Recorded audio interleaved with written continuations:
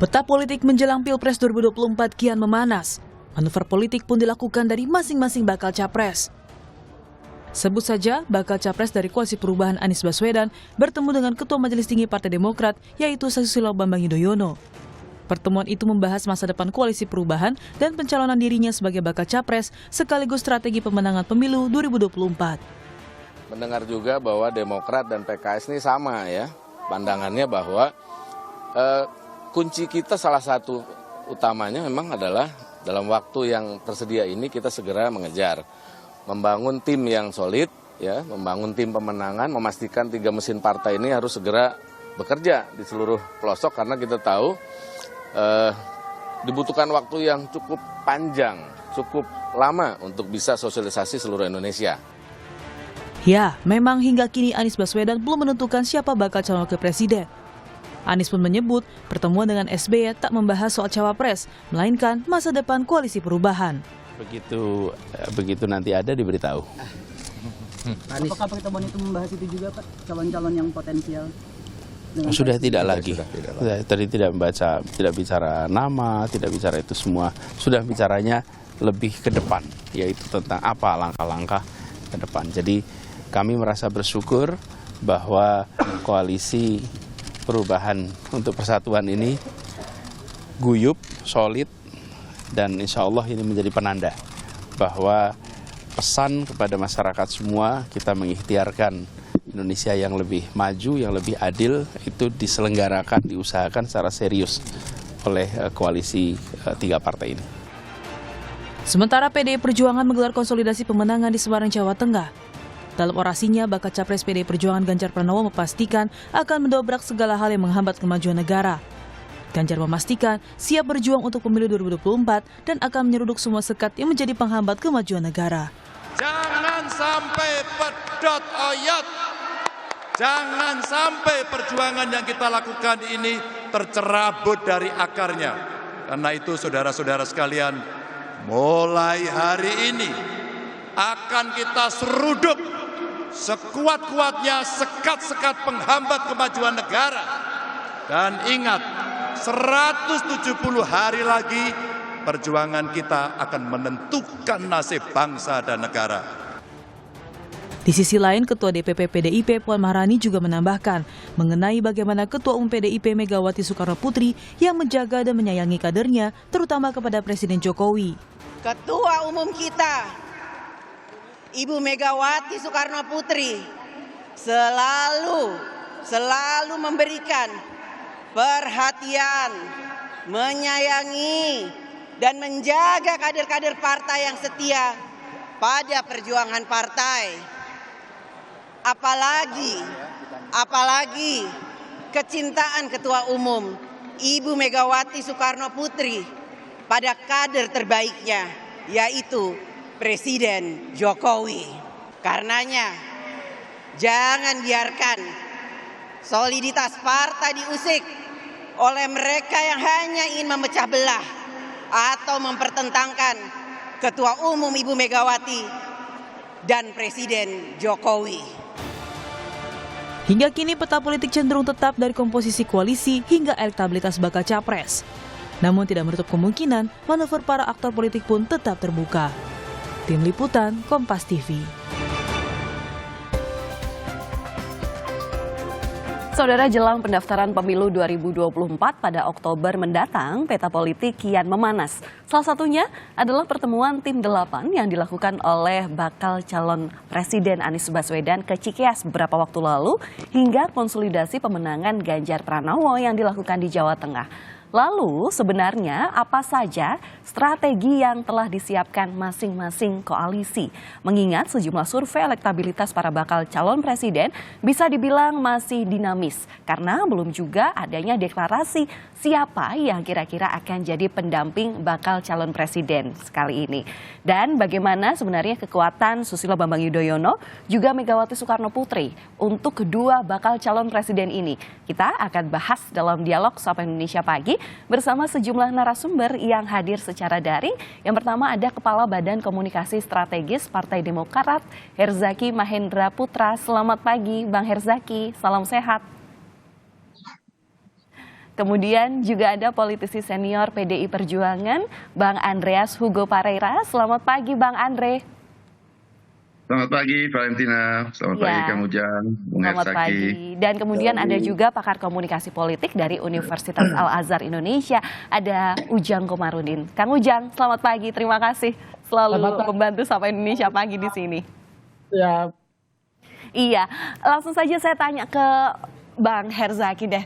Mas Anies ini roadshow 3 hari berturut-turut, bahkan sampai Ketua Majelis Tinggi Demokrat SBY ini ikut andil. Nah, apa sih Mas bocorannya yang dibicarain itu apa, Mas Hersaki? Ya, sudah disampaikan sebenarnya sama Mas Anies Baswedan. Pertama yang didiskusikan, yang dibicarakan itu adalah mengenai masa depan koalisi. Ya, karena itu bertemu dengan Pak SP, Pak Surya Paloh, bukan hanya sebagai Ketua Umum setahu kami, tapi juga sebagai Ketua dan Pembina dari Nasdem ya di hari Kamis. Lalu di hari Jumatnya bertemu dengan Ketua Majelis Tinggi Partai Demokrat Pak Susilo Bambang Yudhoyono yang juga Presiden RI ke-6. Nah, kalau di Demokrat ini kan dalam ADART yang tanda tangan, yang menentukan koalisi ini kan adalah Majelis Tinggi Partai. Koalisi calon presiden wakil presiden sesuai dengan ADART adalah Ketua Majelis Tinggi Partai. Lalu kemudian di hari Sabtunya gantian Mas Anies mengunjungi Ketua Majelis Syuro dari PKS, yaitu Ustadz Salim Segaf. Jadi tiga tokoh senior dari partai koalisi perubahan ini yang didatangi Mas Anies satu demi satu, ya tadi. Satu, masa depan koalisi, kedua juga terkait dengan rencana dan strategi pemenangan, jadi tidak lagi membahas mengenai masalah cawapres ya. Sudah jauh melewati itu sebenarnya, karena kalau misalnya kita saksikan juga kemarin, Mas AHY dan Mas Anies sama-sama datang ke acara wayangnya PKS ya, di DPP PKS, sudah disampaikan juga. Mas AHY kan menyampaikan, sudah mengetahui siapa cawapresnya Mas Anies, tapi yang berhak menyampaikan adalah Mas Anies, dan untuk masalah waktu deklarasi juga ya kita tunggu nanti. Yang mengumumkannya nanti ya Mas Anies ya, baca pres. Nah ini kira-kira seperti itu, karena kita kan mesti respon cepat nih. Ya, mesti respon cepat, bagaimanapun sudah tinggal 5 atau 6 minggu lagi ya ke pendaftaran. Koalisi Perubahan sudah 1 tahun berkomunikasi, kemudian sudah 6 bulan kita deklarasi Mas Anies secara bersama-sama, dan tinggal 5-6 minggu ini. Jadi udah 2/3 perjalanan menuju ke 14 Februari. Nah, di sepertiga perjalanan ini tentu kita harus semakin intens, semakin dekat dan lekat ya. Masyarakat yang dengan perubahan itu begitu banyak, ya kita ingin bagaimana suara-suara ini benar-benar bisa kita perjuangkan. Harapan-harapan rakyat ini bisa kita perjuangkan. Iya, Mas Tentu. Hersaki tadi kan juga yang disampaikan sama Pak Anies itu ya, bilang kalau memang rentetan pertemuan atau istilahnya roadshow selama 3 hari ini nggak ada bahas soal cawapres. Berarti ini menepis soal isu desakan dari masing-masing anggota partai koalisi berkaitan dengan kok cawapresnya nggak diumum-umumin sih. Berarti itu ya Bang ya? Oh, sudah lewat itu. Kalau isu itu sudah lewat. Berarti ini bukan menjawab isu desakan karena tidak diumumkannya cawapres dengan segera ya Mas ya? Ya, karena begini, kita kan ingin menang. Ya, 3 parpol ini ingin menang. Ya, kita berkoalisi, punya ide dan semangat serta gagasan yang sama, itu perubahan dan perbaikan untuk Indonesia yang lebih baik. Ya, lalu kita ketemu tokoh yang pastinya adalah Mas Anies Baswedan. Makanya 3 partai ini memberikan mandat kepada Mas Anies Baswedan. Nah, dalam perjalanannya kita juga terus mengevaluasi, mempelajari, mencermati gerak langkah teman-teman yang lain ini.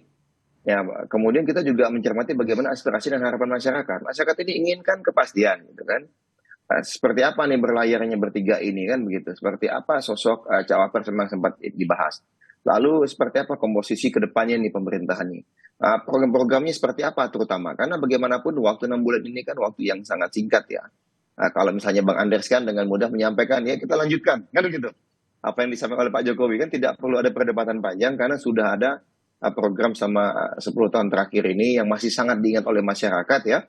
Sehingga dengan jelas, nah ini akan kita lanjutkan. Tapi kalau pada saat kami yang perubahan ini tentunya kan harus juga menyampaikan ke masyarakat. Mau ada perubahan yang mana nih gitu. Program-program Bapak Joko Widodo mana nih yang misalnya kita akan lanjutkan dan malah akan kita ubah dan kita perbaiki. Nah ini kan juga mesti diperjelas gitu kepada publik. Nah inilah yang kemudian bagi kami jangan sampai masyarakat itu salah tafsir. Seakan-akan mengubah total katanya, lalu bumi hangus. Itu enggak ada yang kayak gitu-gitu. Tapi yang ingin kita lakukan adalah apa yang menurut kita masih perlu diubah dan diperbaiki yang bisa lebih memberikan manfaat kepada masyarakat. Nah itulah yang akan kita lakukan gitu. Nah di dalam situ juga kita pertemuan bertiga ini bagaimanapun kan kita ingin harapan masyarakat lagi bisa semakin teryakinkan. Nah, kita juga lihat situasi terkini nih. survei Kompas misalnya kan kemarin ya meletakkan Mas Anies di posisi ketiga. Tentu ini kita cermati betul, kita pelajari betul ya.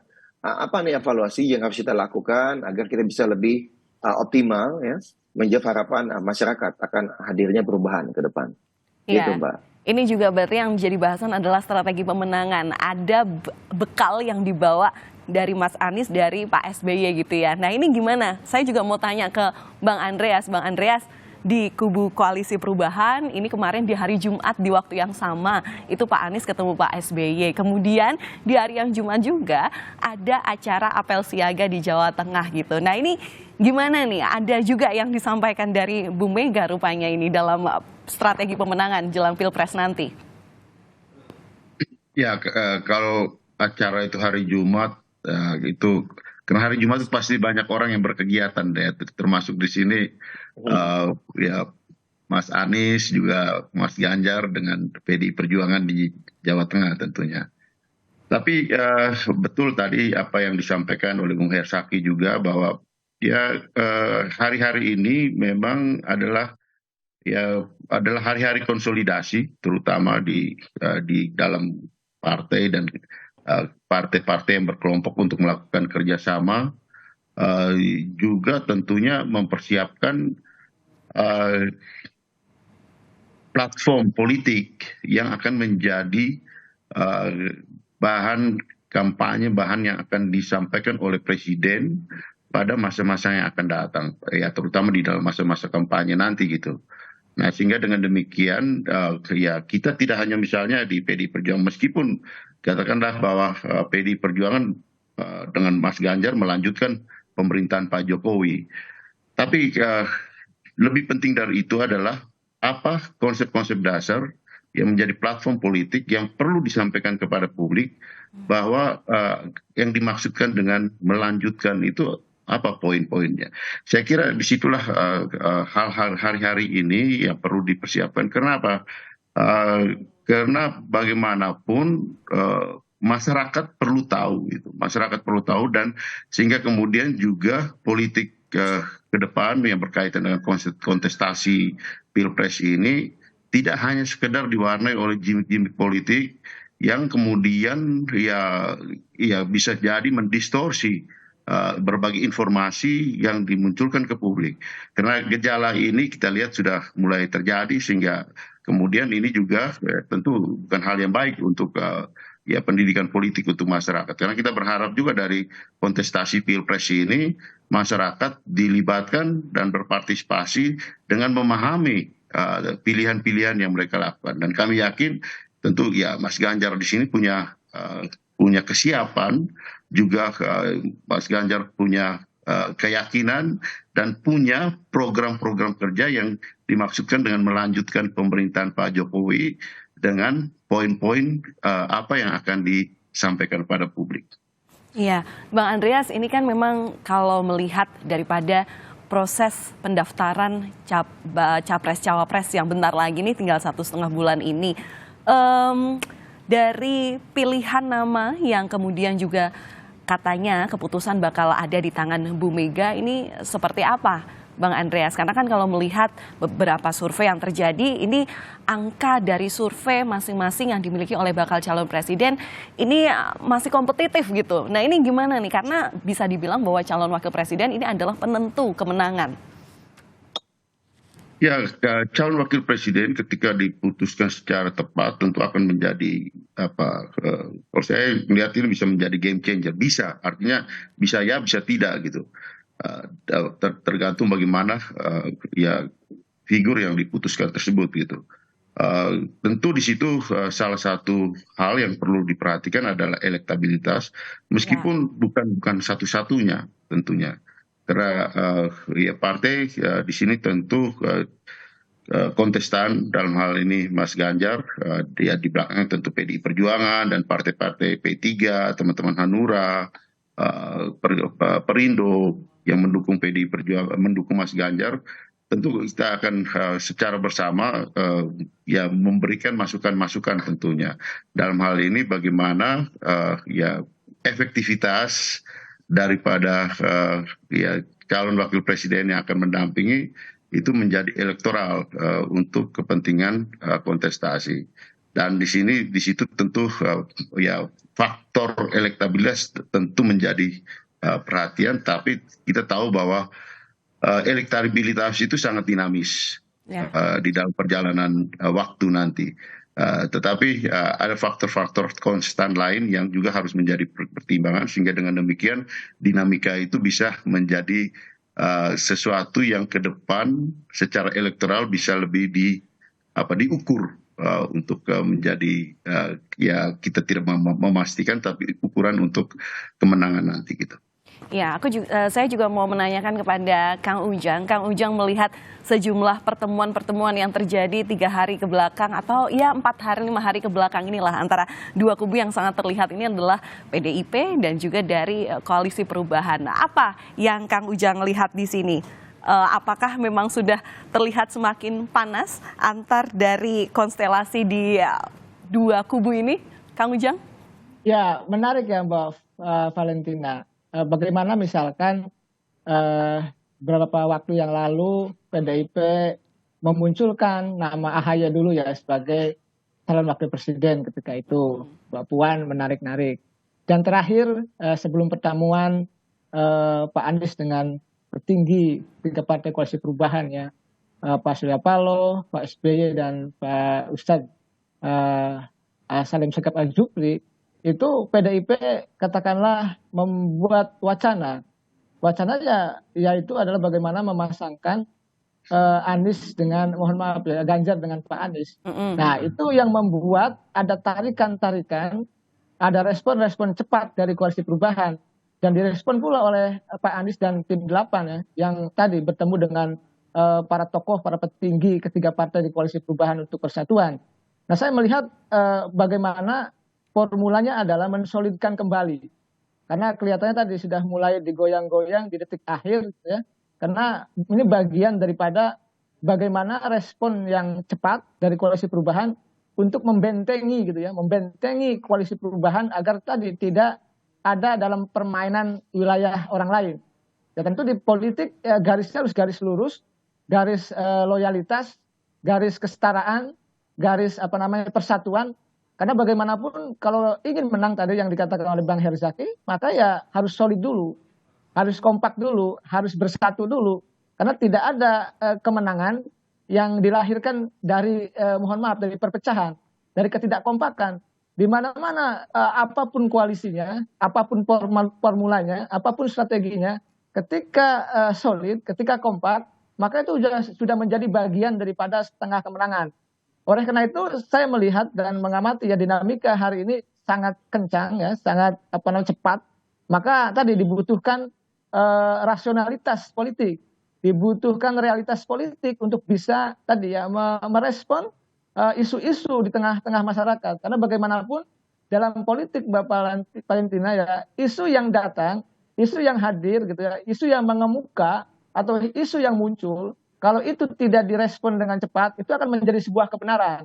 Makanya tadi apa yang disampaikan oleh Pak Anies, misalkan bertemu dengan Pak Surya Paloh, Pak SBY dan Pak Salim Segaf Al-Jufri, itu menjadi sebuah keniscayaan yang harus dilakukan. Karena tadi ingin memperteguh, memperkokoh sebuah koalisi yang sudah dijalin 1 tahun terakhir, jangan sampai goyang. Berarti Kang Ujang melihat ada ini ya, ada godaan-godaan yang bisa istilahnya memperuntuh gitu untuk ketergabungan di antar anggota partai koalisi. Ya, kalau saya sih melihatnya besar atau kecil ada ya. Bagaimana misalkan pasca PAN dan Golkar masuk Prabowo, lalu misalkan mohon maaf PDIP mengkritik keras ya Pak Jokowi gitu, mengkritik keras juga Pak Prabowo. Itu kan menjadi sebuah indikasi dan sinyal-sinyal. Nah pasca itu pula memunculkan wacana ya untuk memasangkan Pak Ganjar dengan Pak Anies. Itu kan muncul respon-respon itu, dan tentu ini bukan menjadi sebuah gimmick ya, saya melihatnya ini bagian daripada strategi-strategi yang dilakukan oleh koalisi-koalisi yang lain untuk bisa tadi ya menggoyang-goyang, menarik-narik terkait dengan koalisi perubahan itu. Dan saya melihat dinamika politik yang wajar, karena semakin mendekati hari pendaftaran maka semakin kencang pula isu yang dilempar, termasuk akan kencang pula serangan-serangan yang menerpa kepada semua kandidat, termasuk pada semua koalisi partai yang ada begitu. Iya, Mas Herzaki, boleh tanggapan sedikit terkait dengan analisisnya dari Kang Ujang. Ini benar nggak sih, apa emang pertemuan kemarin itu untuk menyolidkan dari koalisi perubahan sendiri? Ya itu salah satunya, karena bagaimanapun kan kita tahu ada muncul lalu wacana katanya Ganjar Anies. Lalu kemudian ada elemen masyarakat yang meresponnya dengan Sandi AHY. Nah ini kan kita juga harus menjelaskan kepada publik itu. Ya kan Mas Anies juga harus menjelaskan kan kepada para 3 pimpinan parpol ini ya. Sama-sama kita ambil langkah-langkah bahwa makin mendekati sudah 5 sampai 6 minggu menuju ke pendaftaran. Kita ini kan bergabung dan membentuk koalisi perubahan karena banyak sekali aspirasi dari masyarakat yang ingin perubahan.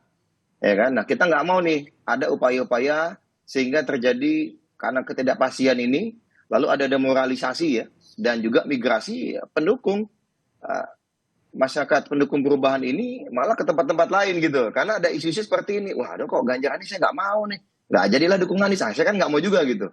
Wah ini kalau Sandi AHY, waduh ini Anies nggak jadi berlayar dong kalau gitu. Nah ya kita kan tidak ingin ada demoralisasi, ada migrasi pendukung, apalagi ketidakpastian. Nah karena itulah pertemuan-pertemuan terus kita lakukan, termasuk diantaranya 3 pertemuan ini untuk mengintenskan, juga memberikan pesan yang kuat kepada publik. 3 partai ini sama-sama solid dukung Mas Anies Baswedan sebagai capres, bukan cawapres. Sebagai capres. Lalu yang kedua ini yang ditemu ini kan yang semua yang kalau sesuai ADART masing-masing partai ini yang menentukan dan memimpin rapat gitu, utama gitu kan dalam untuk siapa capres, cawapres dan juga ke koalisi mana akan berlabuh atau membentuk koalisi dengan siapa. Kan begitu. Nah ini memberi pesan yang sama, juga 3 partai ini setara dan sejajar dan semua solid. Nah inilah yang pesan yang ingin disampaikan ya kepada publik gitu, karena bagaimanapun situasi ketidakpastian ini kan semakin mendekati pendaftaran ya. Tadi lagi-lagi kita akan memberikan kepastian kepada publik. Nah ini kita akan memberikan jawaban kepada publik diantaranya melalui pertemuan ini dan juga akan ada langkah-langkah ke depannya sehingga publik yang pro perubahan tadi, oh iya ini berarti Mas Anies berlayar. 3 partai ini solid dan kita siap berjuang bersama-sama untuk memenangkan kontestasi Pilpres 2024 ini untuk menjadikan Indonesia lebih baik. Siap bertarung lah dengan jagoannya Bang Andreas ini kan Bang Andreas sudah sangat siap dan kuat ini kan. Mas Ganjar dan teman-teman PDIP. Nah kita mau nih teman-teman PDIP punya lawan tanding ya.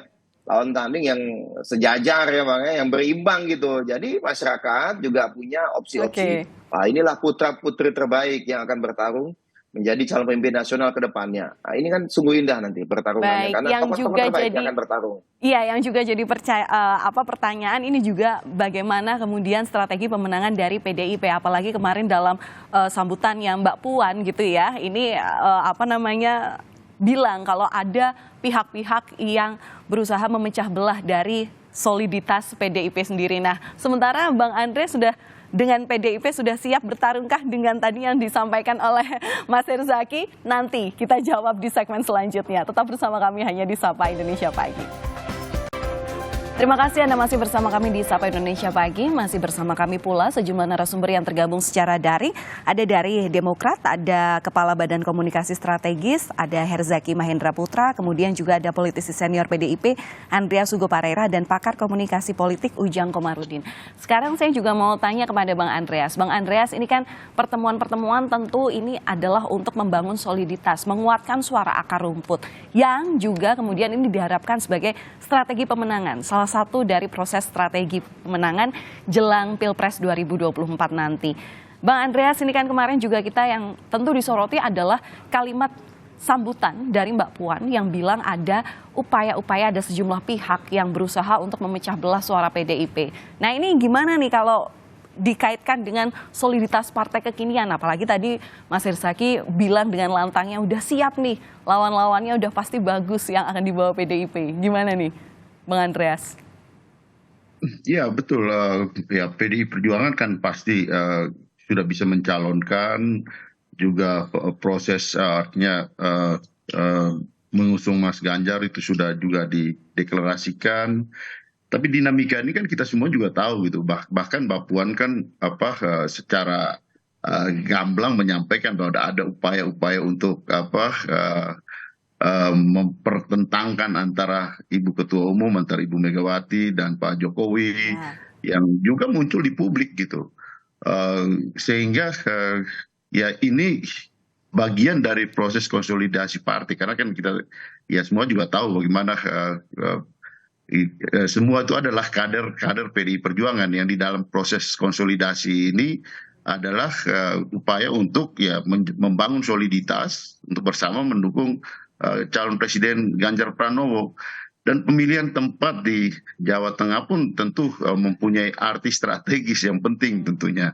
Pertama, ini adalah salah satu basis utama PDI Perjuangan dengan jumlah pemilih yang besar, tapi juga bahwa ya bagaimana kita tahu dinamika yang terjadi, ya tadi yang seperti Mbak Puan sampaikan secara gamblang bahwa ya salah satunya adalah upaya untuk mempertentangkan antara Ibu Ketua Umum dan Pak Jokowi.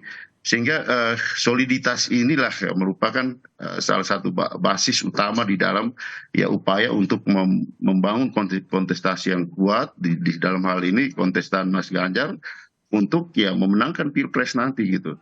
Nah, saya kira ya hal tersebut dihadapi oleh ya kontestan yang lain juga gitu. Karena bagaimanapun ketika kita maju di dalam kontestasi Pilpres itu ya basis utama partai, kemudian bagaimana membangun soliditas kerjasama di antara para partai, ya, itu adalah hal yang penting. Dan kemudian bagaimana merangkul berbagai elemen kelompok masyarakat, saya kira semua juga sudah paham soal itu gitu. Tinggal bagaimana efektivitas di dalam membangun soliditas itu, bagaimana efektivitas di dalam membangun merangkul elemen-elemen masyarakat, sehingga dia kemudian menjadi akumulasi elektoral yang kuat gitu. Berarti Bang Andreas ini sekaligus penegasan juga ya bahwa hubungan Bu Mega dan Pak Jokowi masih solid untuk dukung Pak Ganjar dalam kontestasi Pilpres. Ya, iya, pasti. Artinya di situ kan penegasan itu penting untuk kemudian ya diketahui oleh semua gitu. Artinya baik itu warga PDI Perjuangan, juga masyarakat pada umumnya, bahwa bersama Ibu Megawati, Pak Jokowi dan seluruh kader PDI Perjuangan kami mendukung Mas Ganjar gitu dan kami yakin dengan soliditas partai itu akan memperkuat dan memenangkan Mas Ganjar di dalam proses kontestasi ini gitu. Ya, oke. Yang saya tanyakan kepada Kang Ujang selanjutnya, Kang Ujang, kemarin kalau politik itu momentum adalah suatu hal yang penting. Bicara tentang pertemuan kepada istilahnya gurunya masing-masing di masing-masing koalisi. Ya, kalau kemarin konsolidasi kekuatan dari PDIP dilakukan di Jawa Tengah itu kan juga ada pasti pidato dari Bu Mega meskipun dilakukan secara virtual, kemudian juga Pak Anies, ini kemudian kemarin bertemu Pak SBY gitu, ini waktunya barengan. Nah, kalau dari komunikasi politik yang Kang Ujang lihat di sini, pertemuan kedua ini mau saling menutupi agar tidak ada kekuatan yang menonjol dari salah satu sisi atau gimana, Kang Ujang? Ya, saya melihat begini, Mbak Valentina. Ya, kalau kan begini, isu ya dibalas dengan isu, gitu ya. Agenda dibalas dengan agenda, gitu ya. Kegiatan dibalas dengan kegiatan.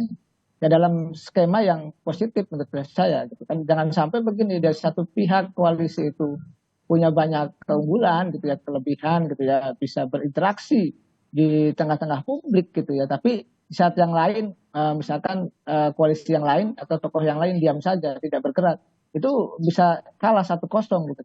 Oleh karena itu ya hal yang positif saja, yang bagus saja ketika PDIP mengadakan acara gitu ya di Semarang, lalu Anies bertemu dengan Pak SBY, ini menunjukkan dan membuktikan bahwa sejatinya ya bahwa pertarungan itu sedang dimulai dan mereka ingin mengatakan bahwa kekuatannya seimbang itu, kekuatannya sama, walaupun memang misalkan Pak Andreas ya, Bang Andreas itu partainya partai penguasa, gitu, partai pemenang. Di saat yang sama juga misalkan Demokrat sebagai partai oposisi, tetapi langkah saat ini adalah langkah 0-0 ya, artinya tidak ada incumbent, tidak ada kekuatan yang dominan dalam konteks capres itu. Semua masih punya potensi untuk menang. Apalagi misalkan tadi elektabilitas dari capres itu belum ada yang menyentuh level 50% bahkan 60%. Artinya ya semuanya masih adu kekuatan, masih intip kekuatan, intip strategi untuk tadi saling melihat kelemahan dan kekurangan dari lawan politik untuk bisa dikalahkan dalam konteks pemilu. Dan dalam demokrasi hal yang biasa, kompetisi gitu ya, saling bersaing, yang penting sehat itu hal yang positif. Misalkan PDIP-nya ada di Semarang, lalu Pak Anies ketemu Pak SBY gitu ya, ya itu hal yang positif dan bagus-bagus saja dalam konteks komunikasi politik, menandakan bahwa tadi Bang Herzaki dan Bang Andreas ya bahwa semuanya harus dilakukan dengan kompetisi yang sehat lah. Kita akan melihat bahwa figur-figur yang hari ini lahir sebagai capres, baik Pak Ganjar, Pak Prabowo maupun Pak Anies adalah putra-putra terbaik yang tentu harus kita lihat nanti programnya apa, visi misinya apa, lalu juga ide dan gagasannya apa untuk bangsa ini. Karena bangsa ini tidak hanya bisa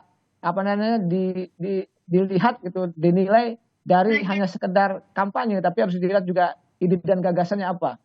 Oke, Bang Zaki menanggapi kapan nih berarti cawapresnya kemudian akan diumumkan? Deadlocknya gimana nih? Kita udah nunggu loh lama banget. Dulu bilangnya mengerucut udah mengerucut ke 5 calon, kemudian mengerucut lagi ke nama-nama perempuan, kemudian katanya udah ada 1. Nah ini kapan kemudian deadlocknya, apa lagi yang ditunggu?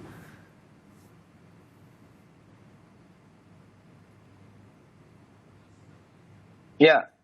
Apakah suara saya terdengar? Ya, kedengaran sekarang Mas Herzaki. Oke, ya mohon maaf. Nah, jadi kalau dari kami jelaskan, kita tadi sudah melalui Halo Mas Herzaki, suaranya sempat terputus. Berbagai proses gitu. Kami juga turun terus ke masalah cawapres dan masalah deklarasi ini. Kita juga sudah mendapatkan masukan dari masyarakat ya. Banyak sekali tokoh masyarakat juga menemui kita.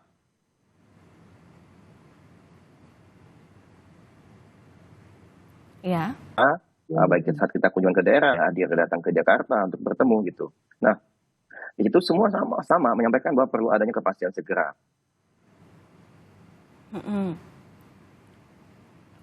Kelihatannya ini ada gangguan komunikasi. Ya, mengenai ansar pendukung perubahan ini ke kelompok-kelompok lain gitu, ya kan?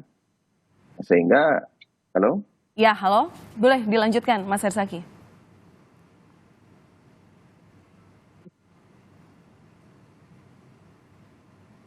Halo, ya. Aduh. Baik, kelihatannya ada gangguan komunikasi. Nanti kami perbaiki. Halo? Tadi juga ada komunikasi juga Mas Herzaki sedang ada di perjalanan, mungkin ada sinyalnya terganggu. Bang Andreas, jadi ini gimana nih? Kalau tadi saya juga tanya kapan deadlock untuk pengumuman cawapres. Nah ini gimana? Dari PDIP juga kapan ini kira-kira? Kalau di PDI Perjuangan berkaitan dengan calon wakil presiden, ya tidak ada deadlock sebenarnya. Yang ada adalah ini adalah proses proses untuk melihat dan mendengar respon dari publik untuk siapa yang paling tepat untuk mendampingi Mas Anies, Mas Ganjar dalam hal ini. Ya dari berbagai macam opsi-opsi yang berbagai figur dari opsi-opsi yang ada gitu, sehingga tentu di sini perlu waktu dan waktunya masih cukup gitu, cukup dalam arti ya sampai dengan ya pendaftaran mungkin saja gitu, bahwa itu kemudian baru diumumkan, dan setelah itu kan juga masih ada waktu untuk ya sampai dengan tanggal 14 Februari. Nah sehingga soal ya calon wakil presiden ini is a matter of time lah gitu. Jadi ini soal waktu, soal momentum yang paling tepat untuk diumumkan, disampaikan, dan pasti publik akan mengetahui itu gitu. Dan itu yang saya sampaikan tadi bahwa karena penting calon wakil presiden ini kita harapkan ini bisa menjadi faktor yang kemudian menjadi pengubah di dalam peta kontestasi ini gitu, dan itu bisa membuat akselerasi elektoral yang akan membantu proses kontestasi untuk memenangkan Pilpres nanti. Katakanlah pendaftaran bakal calon presiden dan bacawa presnya ke KPU nanti kan dimulai tanggal 19 Oktober. PDIP ini akan menjadi yang pertama lagi seperti kemarin pendaftaran calon legislatif ke KPU, atau nanti mempersilahkan ke Koalisi Perubahan dulu? Bang Andreas, kira-kira gimana timingnya? soal pendaftaran itu kan teknis kan. Kalau sudah ada keputusan dan biasanya kalau antar kontestasi itu kan nanti waktunya siapa yang memberitahu ke KPU dan diberikan agenda kapan mendaftarkan. Tapi yang penting itu adalah mengumumkan dan kemudian menyampaikan ke publik kapan sehingga itu diketahui oleh publik, dan saya kira publik pun menantikan itu gitu. Iya, Tapi itu betul. kembali pada apa yang saya katakan tadi bahwa soal momentum itu penting dan masih ada cukup waktu, dan di situ bagaimana proses yang ada sekarang adalah bagaimana melihat perkembangan dinamika yang ada, mendengar respon publik tentang figur yang paling tepat, paling pas, yang bisa kemudian menjadi figur yang bisa bekerja sama, tapi juga sekaligus bisa menjadi pendongkrak elektoral dari kontestasi yang ada, kontestan kami yaitu Mas Ganjar di sini. Baik, kami sambung lagi kepada Mas Herzaki yang sudah bergabung secara telepon gitu ya. Mas Herzaki, melanjutkan yang tadi, peluang keterpilihan Mas AHY berarti udah seyakin apa? Sudah berapa persen? 100% yakin akan digandeng Mas Anies? Ya, gini, kalau sesuai yang disampaikan oleh jubirnya Capres ya, juga anggota tim 8 dari Capres, Pak Sudirman Said, nama Cawapres itu sudah diputuskan dan sudah disampaikan ke masing-masing pimpinan partai. Nah, jadi kalau dari kami, untuk menghindari spekulasi publik yang merugikan Pak Anies ya, seperti yang disampaikan dan tergambar dari hasil-hasil survei dan sejalan dengan aspirasi publik perubahan ya kan, karena banyak nih elemen-elemen tokoh masyarakat yang minta dan mengingatkan kita untuk segera deklarasi pasangan karena pendaftaran capres-capres tinggal 5-6 minggu lagi. Ya kami juga berharap ini agar pengumuman pasangan dapat dilakukan segera dan tidak di last minute. Karena tadi kita tidak lagi berbicara mengenai nama kok. Nama ini sudah ada. Ya, yang kami tahu nama sudah ada. Tapi apa kemudian yang ditunggu Bang Herzaki kalau namanya udah ada? Ya itulah, mencari momentum baik. Mencari momentum baik ya. Misalnya dikira kita last minute mendadak atau kita ngundang konvers, Kompas misalnya, kan begitu. Ya. Jadi kita lihat, tunggulah. Kita harapkan bisa dilakukan dalam waktu dekat-dekat ini ya. Tapi semua kan yang bisa menentukan dan menyampaikan nanti tentunya Mas Anies Baswedan ya. Dan teman-teman tim 8 sedang menggodok betul bagaimana waktu dan momentum yang pas untuk ini gitu. Kan masih terus juga kita melihat situasi, ya, tapi memang desakan ini makin banyak dari elemen-elemen dan tokoh masyarakat perubahan yang ingin segera dideklarasikan, karena agar ada kepastian. Nah, kita nggak mau nih, masalah migrasi, demoralisasi ini kita lagi menghindari betul lah gitu. Kan ada upaya nih, ya kan, pasang sana, pasang sini, seakan-akan Mas Anies ini tidak akan berlayar, atau seakan-akan Mas Anies ini tidak akan menjadi nomor 1, tidak akan menjadi capres, tetapi menjadi kedua. Kan begitu. Oke Mas Herzaki, singkat saja. Ini berarti untuk pemegang hak veto yang berhak mengumumkan cawapres ini benar-benar Mas Anies ya. Jadi kemarin ketika datang ke masing-masing elit partai atau anggota koalisi perubahan itu bukan lobby-lobby politik lagi, setuju atau enggaknya siapa yang nanti akan dibawa Mas Anies ya? Ya, kalau Demokrat jelas. Ya, kita komitmen dengan piagam perubahan. Poin kedua, baca pres yang menentukan siapa cawapres. Poin ketiga, 5 kriteria cawapres. Poin keempat, dalam waktu tidak terlalu lama setelah piagam ditandatangani 14 Februari 2023 akan dilakukan deklarasi pasangan calon presiden dan wakil presiden. Ya kami pegangannya itu saja. Ya, jadi Demokrat sikapnya tegas dan jelas. Tinggal kita tunggu nih waktu dan momentum baik. Tahu kami sedang dipersiapkan karena bagaimanapun pendaftaran baca pres dan cawapres ini kan tinggal 5-6 minggu lagi. Ya. Kita ingin menjawab segera kepastian ya, dan juga keinginan dan desakan daripada masyarakat dan tokoh masyarakat yang pro perubahan. Ya, siap. Gitu. Baik, saya juga terakhir tanya ke Kang Ujang. Kang Ujang, ini tentu yang terakhir adalah menakar kekuatan politik dari masing-masing koalisi. Utamanya adalah seberapa jauh para kingmaker ini akan terlibat langsung dalam kontestasi nanti. Katakanlah kalau PDIP ini ada Bu Megawati. Kemudian meskipun bukan ketua umum, tapi Pak Jokowi ini disinyalir ini sangat berpengaruh terhadap kontestasi Pilpres nanti. Dan tadi dalam koalisi perubahan ini juga ada figur dari Pak SBY dan juga Pak Surya Paloh. Ini seberapa jauh peran dari para kingmaker ini untuk ya dalam kontestasi Pilpres nanti? Ya, sangat menarik ya. Orang-orang kuat, ya, orang hebat, tokoh-tokoh kuat, tokoh hebat gitu ya.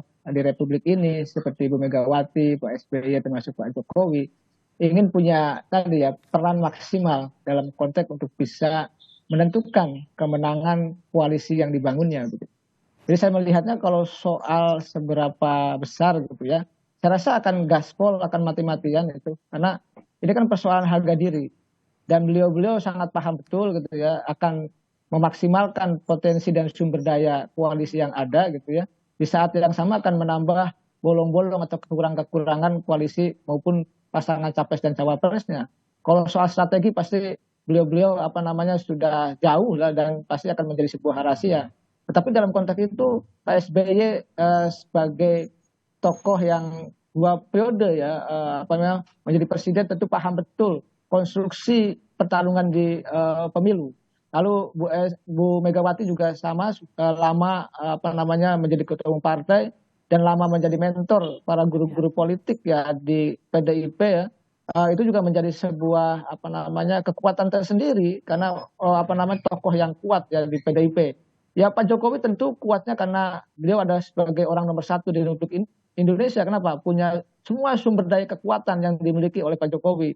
Semua melekat gitu. Misalkan ada institusi negara di situ di tangan Pak Jokowi, institusi birokrasi, ya, institusi penegak hukum gitu ada. Maka menjadi kuat. Oleh karena itu saya melihat menarik apa yang akan taktik ya atau juru ramu dari ketiga tokoh tersebut ya, untuk bisa memenangkan katakanlah koalisi yang didukungnya masing-masing. Oleh karena itu nanti soal siapa yang unggul, siapa yang menang kita lihat karena perjalanannya masih agak sedikit lama sampai tanggal 14 Februari ya, tentu dalam perjalanan ke depan kita akan melihat ya ketiga tokoh tersebut dalam meramu koalisinya. Saya melihat perannya akan besar, akan gaspol mereka mengatur ritme koalisi ya untuk bisa unggul atau untuk bisa menang. Oleh karena itu saya punya catatan ya, tentu kita tunggu ya, beliau-beliau orang-orang hebat, tentu kita tunggu taktik dan strateginya untuk memenangkan koalisi yang didukungnya oleh masing-masing. Iya, hingga saat ini peta politik cenderung tetap dari komposisi koalisi masing-masing, tapi yang kita nantikan dan juga tidak menutup kemungkinan ya, bahwa manuver aktor politik tetap terbuka. Saya dan Kang Ujang menantikan kapan kira-kira undangan ataupun pengumuman deklarasi Capres-Cawapres, baik itu dari Koalisi Perubahan, dari PDIP, dan juga P3 tentunya yang bergabung dalam satu koalisi, dan juga pasti nanti kita juga akan menanti dari Koalisi Indonesia Raya. Terima kasih kepada para narasumber yang sudah bergabung dalam Sapa Indonesia pagi kali ini. Tadi ada Kepala Badan Komunikasi Strategis Partai Demokrat, Mas Herzaki Mahendra Putra. Terima kasih, dan kemudian juga ada politisi senior PDIP Andreas Hugo Pareira dan juga pakar komunikasi politik Kang Ujang Kamarudin. Nanti kami tunggu di studio ya untuk kita rame-rame diskusi di sini. Terima kasih, salam sehat selalu untuk Anda Bapak-bapak. Sama-sama Mbak Valentina, Bang Herzaki, Bang Andreas.